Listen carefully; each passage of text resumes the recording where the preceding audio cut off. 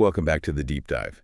Today, our mission is to take a look at a whole stack of sources about a specific performer and really try to understand a massive contradiction. Huge one. What happens when you have this, overwhelming commercial success that's built on a foundation of, well, profound personal discomfort? It's such a fascinating tension. It is. We're diving deep into the life and career of the Japanese former AV idol, Minori Aoi.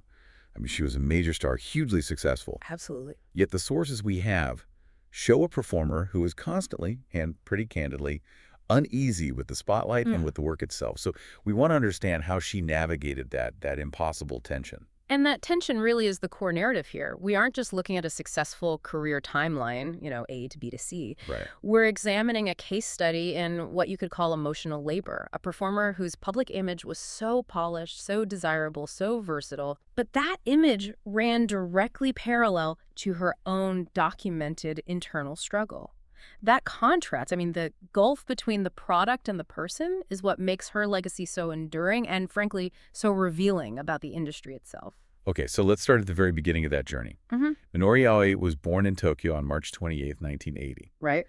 And we know from our sources that before she got into this really demanding professional life, she had a background that required some serious discipline. She was active in tennis all through junior high and high school. And that athleticism, that discipline, that's really important context because the shift that happened next was, well, it was radical. Totally. She moves from the structured, competitive world of school sports to debuting in the adult video industry at just 19 years old. 19. And that transition seems to have been immediate, jarring, and based on her own words, pretty traumatic. That brings us directly to her debut in February 1999. The video was called Pure Heart. It was for the media station Cosmos Plan label. And Cosmos Plan was a massive player at the time, so this was a really high-profile start for her. A huge deal. You couldn't get a bigger launch. Exactly. Yeah. But the immediate reaction we find in the source material is, it's absolutely startling. She spoke so candidly about that first experience. She did. She said, and this is a direct quote, "I really hated it at the time. I think I also cried during then. It's the worst one I've been in. It's definitely not something I could recommend to my fans." Just think about that. That quote, it's fascinating because it's the immediate voicing of loathing. Right. Not years later, but right then. Exactly. In an industry where the narrative is usually so tightly controlled and performers are expected to project this, unreserved enthusiasm. Of course. She is already undermining the entire premise of the work in her very first performance. This isn't some filtered post-career nostalgia. No. This is raw, in-the-moment pain being acknowledged. And it just sets the baseline for her entire professional life. Successful, but profoundly difficult. A difficult baseline that, astonishingly, did not impede her rise at all. Not in the slightest. Which brings us to our second section. Despite that debut experience, she has this rapid ascent into fame and just remarkable genre versatility. Yeah, she became a high-demand star very, very quickly, crossing over into photo books, even mainstream adjacent magazines like Playboy. Her commercial appeal was just undeniable, and you can see why the market was drawn to her. Well, the sources mention her physical characteristics. She's noted as being 1.57 meters, so about 5'2", and 43 kilograms, which is 95 pounds. Right. And she was described as having a charming smile and magnificent white skin, so she fit that highly successful girl next door archetype, which was incredibly profitable. She was a versatile and profitable commodity, you're right. And the studios wasted zero time exploiting that versatility. Just look at the sheer speed and the thematic range. Yeah. Just the first few months. It's dizzying. In November 1999, she was in Dreaming Sailor, a campus drama, classic schoolgirl setting. Then, just 2 months later, January 2000, she pivots completely. A high-intensity, very dark role in I Love Big Needle, playing a nurse who's subject to sexual abuse. Wow, okay. And in the same month? The same month, she jumped back to fantasy in a video called Angel, portraying a literal celestial being who comes down to Earth. So a schoolgirl, an abuse victim, and an angel, all within a few weeks of each other. It's an exhausting mental workout just tracking those roles. It really is. And then by March 2000, she's in a massive genre hit, Fetish Virgin Fourth, subtitled Costume Play Mania. Capitalizing on the cosplay trend, of course. Huge trend. So you've got it. A student, a nurse, an angel, and a cosplayer, all in 4 months.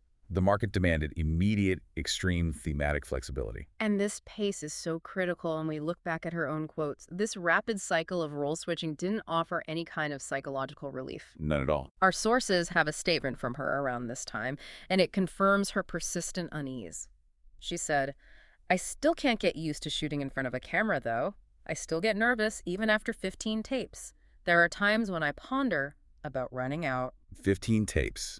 In that short a time frame, it means she was in production constantly, just facing that psychological pressure again and again. Exactly. That quote just proves that the distress of her debut wasn't a one-off thing.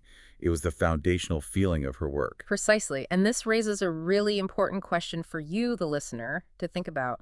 For a performer working at that kind of pace, where the emotional reality is constant nervousness, Yeah. the successful public performance becomes an act of deep psychological separation.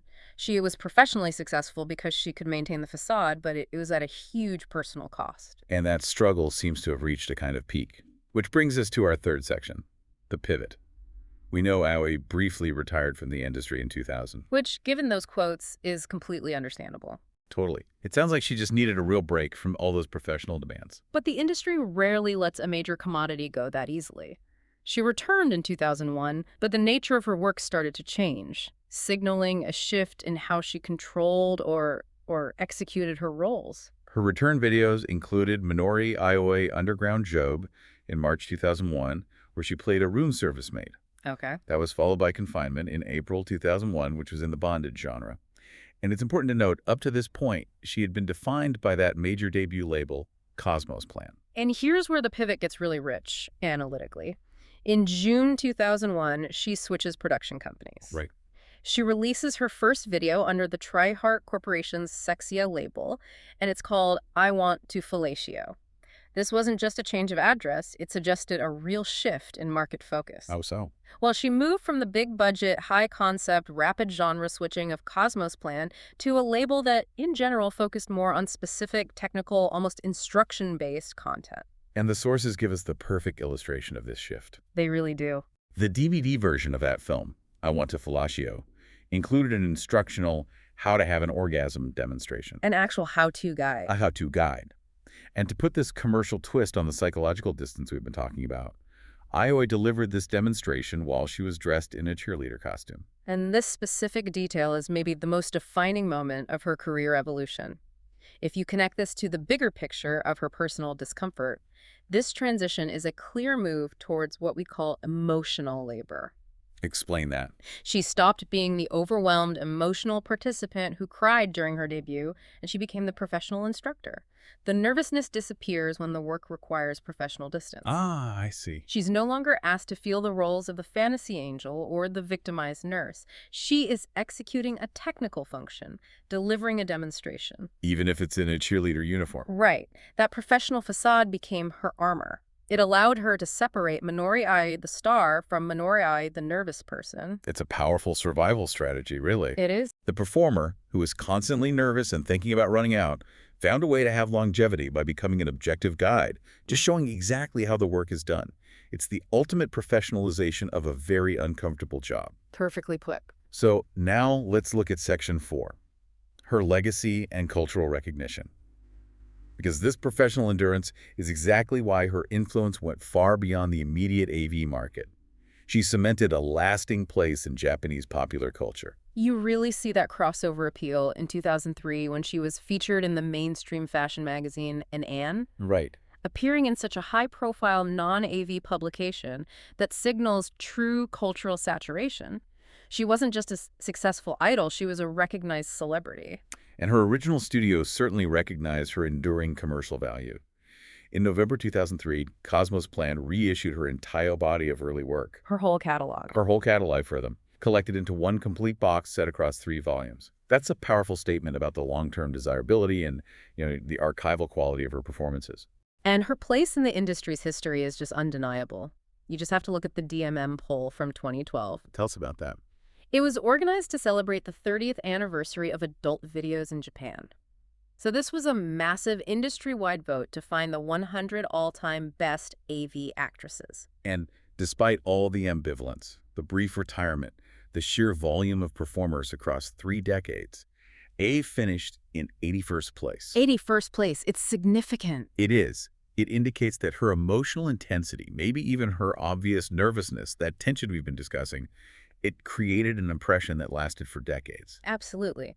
The audience clearly connected to her work, regardless of her internal state, or maybe even because of it. It's a testament to the power of performance. We should also note the sources mention a specific public engagement later in her career. In 2006, Ayer accepted an offer to appear in a campaign related to the Second International Conference for Health in cities in the People's Republic of China. Right, and the source material notes this was a controversial campaign, but it doesn't really specify the political details.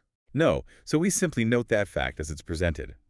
She maintained a highly visible public profile, engaging in these high-level, non-AV-related events. Which just demonstrates the scale of her celebrity. It extended into these complex public arenas long after her pivot to professional distance. So wrapping up this deep dive, we've really analyzed a journey that began with a debut performer who hated her experience, who cried during her first shoot in 1999. An incredible start. Yet through that genre versatility and a really critical pivot toward professional instruction, she achieved massive, lasting fame. It culminates in a spot on that all-time best list decades later. Her career is a profound exploration of the successful mask. She was the definition of a commercially effective performer who mastered the art of professional detachment. That emotional labor you mentioned. Exactly, the emotional labor necessary to deliver a product while protecting the vulnerable self. That constant nervousness didn't destroy her career. She built a coping mechanism, the objective instructional guide, and that's what secured her longevity. Which leaves us with a final, provocative thought for you to consider, based entirely on her journey and her candid quotes. Given her struggle to feel comfortable in front of the camera, what is the exact role of performance and emotional labor in achieving lasting commercial success? How much does an audience's desire rely on the performer's displayed, but perhaps completely unreal enthusiasm? A great question. Think about that tension between the mask and the mirror. Thanks for diving deep with us.